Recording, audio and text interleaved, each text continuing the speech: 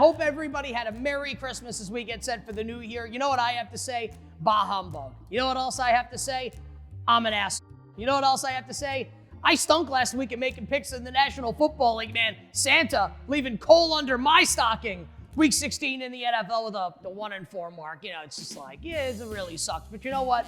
As per usual, a new board this week, more opportunities to make some money, more opportunities to have some winning picks, and we will attempt to do that now in the final week of 2023 in the NFL season. The board of spreads presented by BetMGM, the king of sportsbooks. I am Nick Kostos here to hopefully not lose my shirt.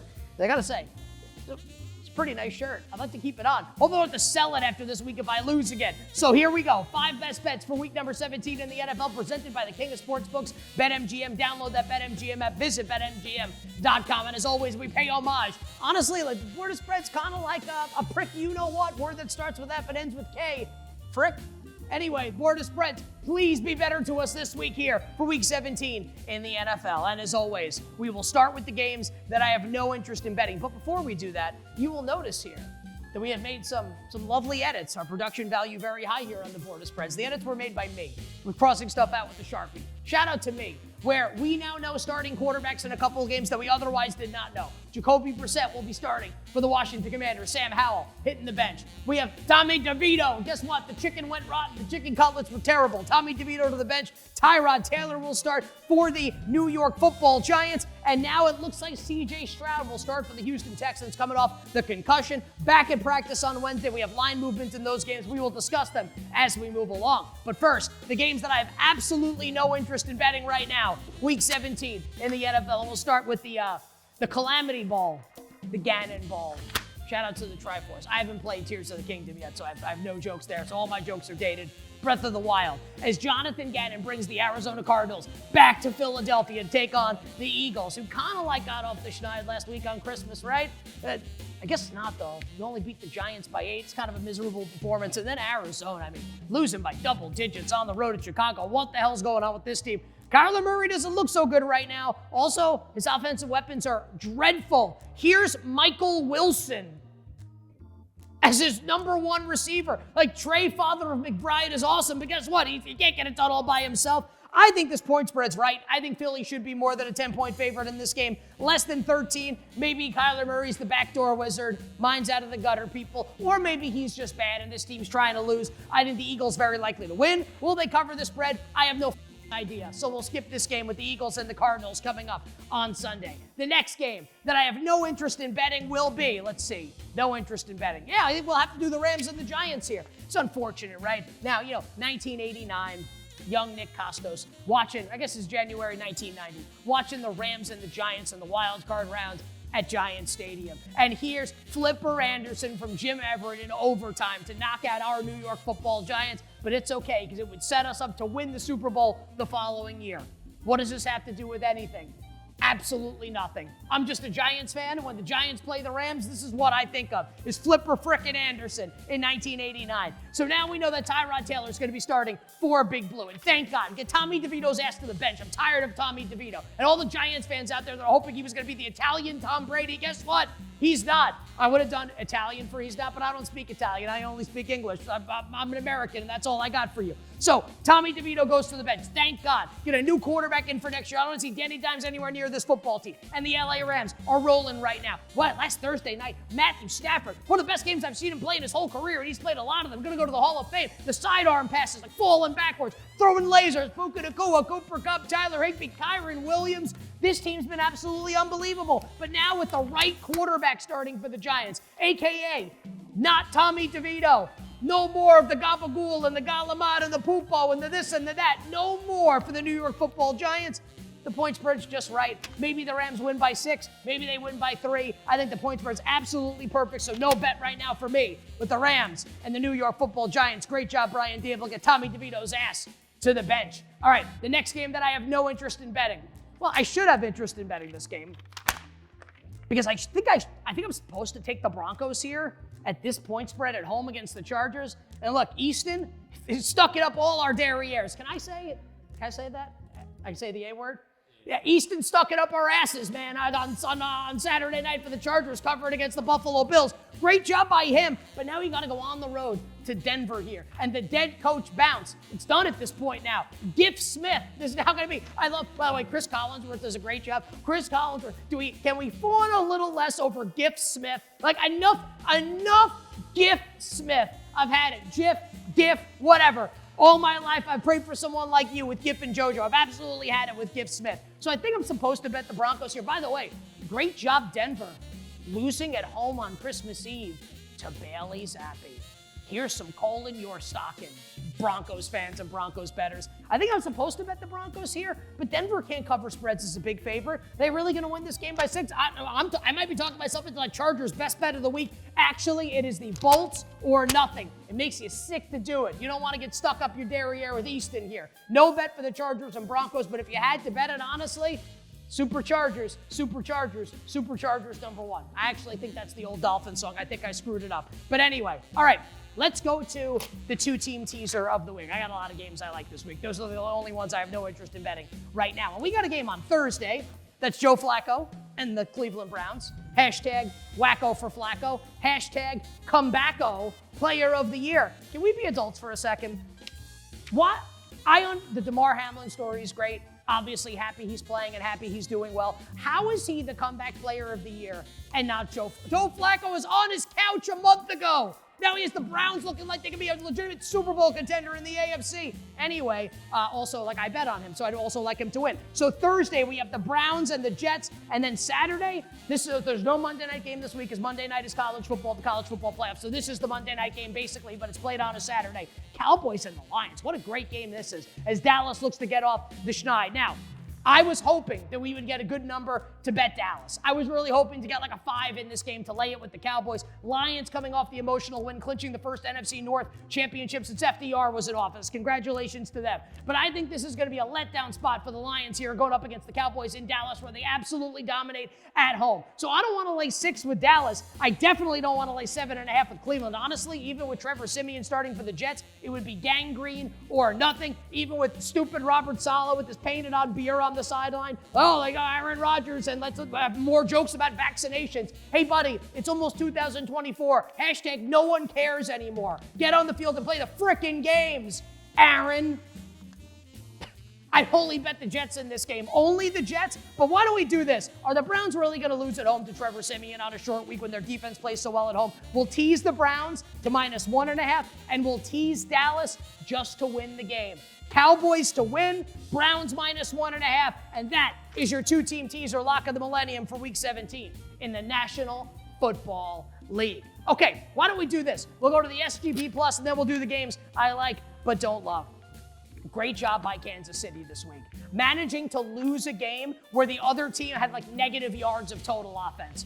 And I'm only exaggerating by a little bit. How the hell is that possible? Travis Kelce. Hey, you know what? I said it was going to be a cruel summer, but a great Christmas. It was a cruel summer and a cruel Christmas for the Kansas City Chiefs. But maybe it'll be a happy new year for Travis Kelce and company. You know why? Because they're playing maybe the worst defense in the NFL, the Cincinnati Bengals. And I'm Mediterranean from Staten Island, and I married into an Italian family from Staten Island. Supposed to like Lou Anarumo with the chicken cutlets. I don't know if he likes chicken cutlets. But his defense is terrible. It brings me no pleasure to say that. So the Bengals and the Chiefs here. We'll see if Jamar Chase is going to play in the game. That obviously matters a lot. And if he plays, I think the Bengals can definitely cover this spread. We don't know as I tape this on Wednesday morning here. But here's what I do know. Kansas City ain't losing this game. I don't think Jake Browning can have a good enough game to beat the Chiefs on the road at Arrowhead like the Raiders did last week. So let's same game parlay. Chiefs to win the game, and Patrick Mahomes overpassing yards at a low number going up against a terrible defense. And then, shout out to the Ravens, man.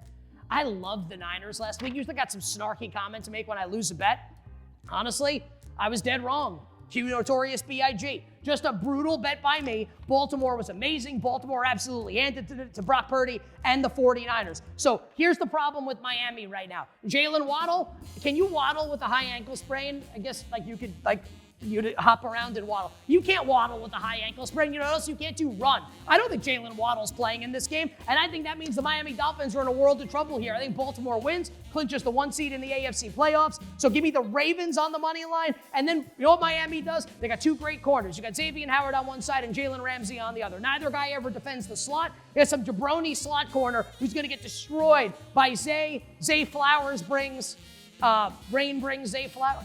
Zay Flowers goes over his receiving yards prop on New Year's Eve against the Dolphins. So Zay Flowers over, Ravens to win. Mahomes over passing yards, Chiefs to win. Your same game parlay plus lock, I hope, for week 17 in the NFL. All right, a couple games now that I like but don't love. We'll go to our nation's capital where finally, why did Sam Howell start last week against the Jets? I even said it in this video. Like, Howell's going to get pulled, bet his unders. I was right about that. I was wrong about a lot of other things, but that I was right about. So Ron Rivera announcing literally minutes ago when we taped this on Wednesday morning, literally minutes ago that Jacoby Brissett will be starting here for the Commies against Brock Purdy and the Niners. And we think it's going to be Brock Purdy. Back-to-back stingers. Woo! A man called Sting and an injury called Stinger. Back-to-back stingers for Brock Purdy. We think Brock Purdy is going to play. Outside chance that it's slinging Sammy Darnold. If it's Brock Purdy, and this is what the point spread's going to be. It was 13.5, moved to 13 off the percent news. Absolute smash for the Niners. Because San Francisco is going to score like 60 points. Do you guys realize that the Jets, with Trevor Siemian, and I understand they were gifted points early, the Jets scored 30 points last week against Washington. Now, again, I understand gift wrapped a bunch there in that game by a terrible Commanders early effort. It doesn't matter. I got a lot of rock references here, a lot of wrestling references. San Francisco, if it's Purdy and this is the number, give me the Niners. Brock Purdy, bounce back spot. Might not win MVP, but he'll be number 1 in our hearts when he wins the bet for us coming up on Sunday. Niners laying it against Washington. All right, here we go. We will go now to the Titans and the Texans. Now, I was all set to take Houston minus 3.5. But I got to be genuine to the audience here. Now C.J. Stroud's going to start. I would still only bet Houston in the game. We don't know who Tennessee's quarterback is going to be, whether it's Ryan Tannehill or Will. You'll love it at Levis. This Titans team looks like it's playing out the string. Every Titans game now ends exactly the same way, with Mike Vrabel licking his lips on the sideline like, what, as his team is like blowing a lead or losing at the end in horrendous fashion. And you know what he's imagining? Himself as the next head coach of the New England Patriots when they part ways with Bill Belichick.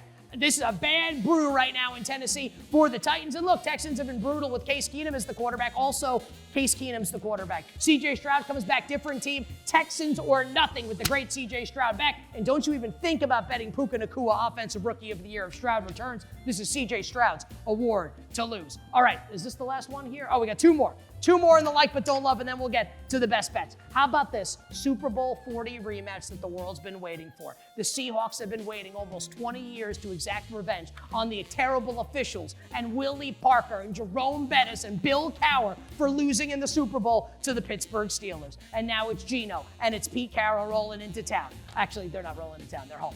They're going to be home. And Mason Rudolph, the red-nosed quarterback, rolling it down. Mason Rudolph was awesome on Saturday. Give credit to him. I thought he'd be terrible against the Cincinnati Bengals. This point spread's 3.5. Here's the problem. Seattle's offense looks broken right now. And I know that you, the person watching this, you play fantasy football, you know that this is the case. Because maybe you've had Geno Smith as your quarterback. You're expecting big things from Metcalf. Saved his day with the touchdown at the end. How about Kenneth Walker plays the whole game, and then at the goal line, here's Zach Charbonnet.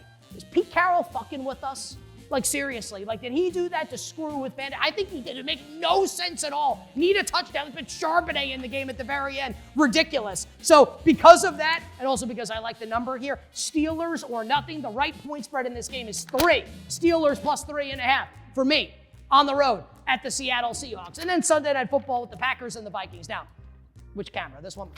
Okay. We don't know who the Vikings quarterback is going to be. Nick Mullins, maybe. I'll tell you what. Great first name.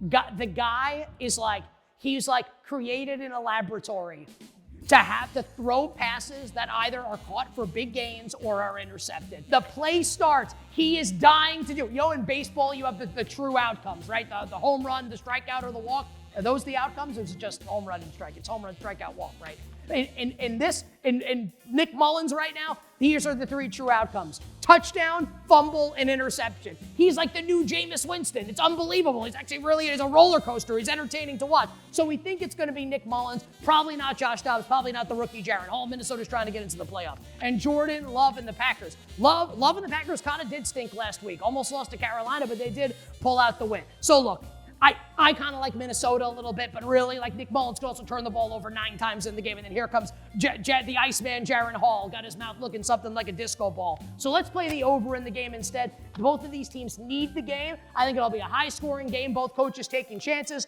Over 46.5 on Sunday night with the Packers and the Vikings. By the way, great job having this as the Sunday night game instead of Dolphins-Ravens. So I can't wait to watch Nick Mullins turn the ball over on Sunday night. And that takes us to the 5 best bets for Week 17 in the NFL. And we will begin in Buffalo, where tried to tell people that the Bills, that this team was for real, coming out of their bye. Get the Bills futures prices in, because this team's going to the playoffs, and damn it, maybe they're going to the Super Bowl. Now, they had to survive against the Chargers on Saturday night. Credit to Bill Belichick, Bailey Slappy, and the Patriots getting it done on Christmas Eve against the Denver Broncos, but this is an entirely different scenario for New England. Walking into the buzzsaw, going through tables, getting drunk, hashtag Bills Mafia.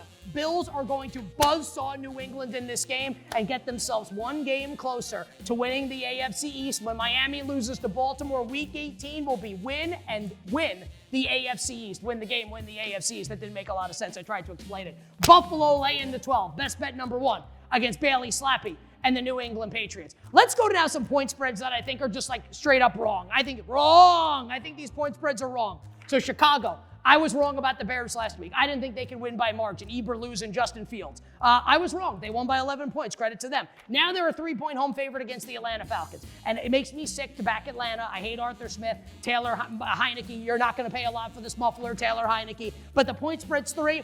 I don't think there's any way this point spread closes 3. I think this will close less than 3. I don't think the Bears should be a 3-point favorite in this game. So let's try and get the best of the number early in the week. And let's actually play on Taylor Heineke. What could go wrong? Arthur Smith, the Cro-Magnon man with the stupid mustache and the wispy hair. Shave your head, Arthur. You look like an idiot. Falcons +3 against the Chicago Bears. All right, Colts and the Raiders. Best bet numero tres. There's another point spread that I think is just incorrect. I think Indy's got to be more than a 3-point favorite in this game, and I get it. The Colts offense was absolutely brutal last week against Atlanta. Couldn't do anything in the game. But, do we watch the Raiders offense with AOC, Green New Deal on the field?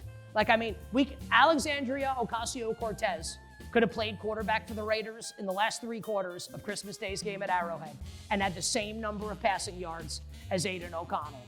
Problematic. Lucky that the Raiders had 2 defensive touchdowns in a row. Now they're going on the road to play a desperate Indianapolis team, and I love Antonio Pierce. I'm a Giants fan. I love I think he should get the permanent job in Vegas. But, it's Antonio Pierce and it's Shane Steichen. Give me the Indianapolis Colts laying 3. I think we're going to get the best of the number here if and when Michael Pittman returns. Colts -3. Best bet numero tres on the week. Now we'll go to Carolina and Jacksonville, the expansion bowl from 1995. We can't wait for it. The Jaguars, really? This was 7 yesterday. 6.5, really? Trevor Lawrence right now, here are his injuries. Broken left arm, fractured right arm, concussion, COVID-18. That's the COVID before 19. Trevor Lawrence has it right now. High ankle sprain on the right ankle, shattered left ankle, bruised thigh, 9 concussions. How the hell is this guy getting put out there? He's not healthy. I'm joking about it. In all seriousness, I'm kind of concerned for this dude's health. How many injuries can you sustain and keep going out there getting battered and bruised in the National Football League? I think Carolina stinks. Bryce Young's actually played better the last couple weeks. The team's terrible, but it's a fade of Jacksonville. You know, the Jaguars to win this game by 7. Credit to Bryce Young. Game-winning drive 2 weeks ago against Atlanta, and then threw over 300 yards. They scored 30 points against the Packers. This is an easy bet. Carolina +6.5. Best bet number 4 coming up on Sunday, and then the last one. Look, Baker Mayfield's been awesome. Also, he should win Comeback Player of the Year over DeMar Hamlin. It should be Baker or Flacco. Also, I bet on both. So maybe a little biased. Fire the cannons. Todd Bowles and Baker Mayfield. Who would have thought that this would be the coach-quarterback combination that would win a division in the year of our Lord, 2023? So look, they've been great. And no Marshall and Lattimore for the Saints, which means Mike Evans is absolutely going to go off. But really, the point spread's 3. It's just a point spread. I know people don't like this. Like, you just want, like, oh, what's the pick in the game? Look, like, the point spread, I think, is wrong.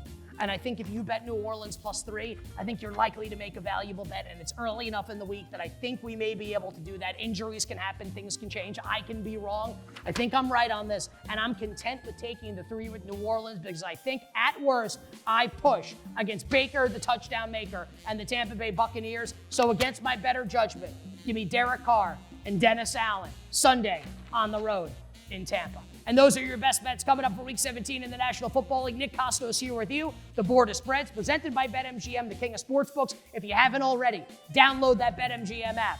Visit BetMGM.com and have a happy new year.